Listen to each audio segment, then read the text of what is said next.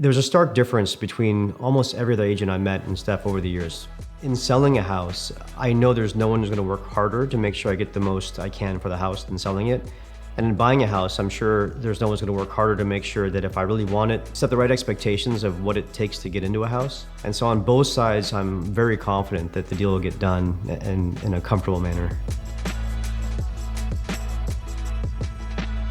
A real estate agent's one of those pieces where it's hard to trust somebody. It's difficult to think you're gonna sell a big asset or spend a lot of money on something and really trust that it'll do right by you. He's a disarming type and extremely knowledgeable.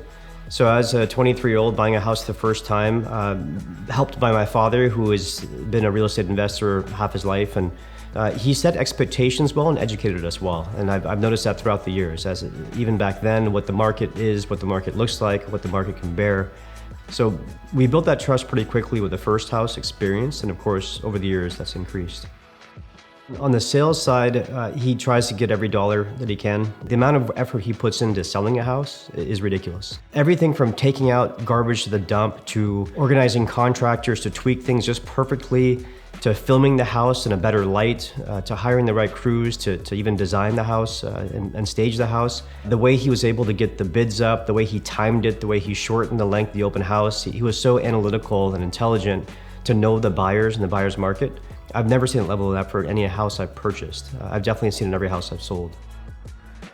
While he's not overselling, overly aggressive like many sales guys, he puts the thought into making things the best possible way they can.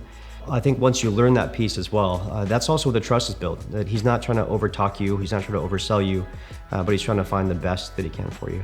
There are times when I might be anxious to do something or get into a house that doesn't make sense from an investment standpoint. He pushed me away from houses I would have probably bought a year or two sooner.